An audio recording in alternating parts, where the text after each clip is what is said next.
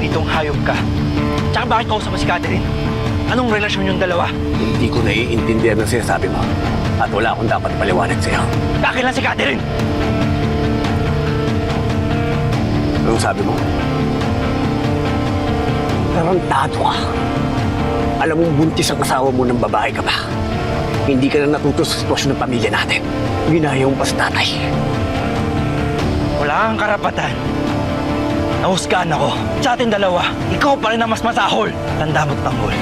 Hindi ikaw ang makakasira sa plano ko. Sabi mo.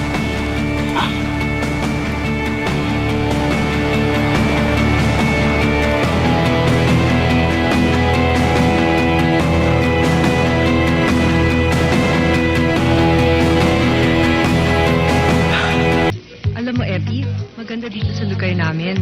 Madami kang tourist places na pwedeng puntahan. Kung sasamahan mo ko, bakit hindi? Kailangan ko lang siguro ng tourist guide. Sana mag-enjoy ka sa destino mo dito. Huwag kang mag-alala, nag-i-enjoy naman ako. Matatagalan ka ba dito sa destino mo? Ang totoo niyan, hindi ko alam. Nasa Maynila ang desisyon. Maaring marikolo ko bukas, sa 1 linggo, o sa 1 taon. Dapat nga bukas pa lang ma-recall ka na eh.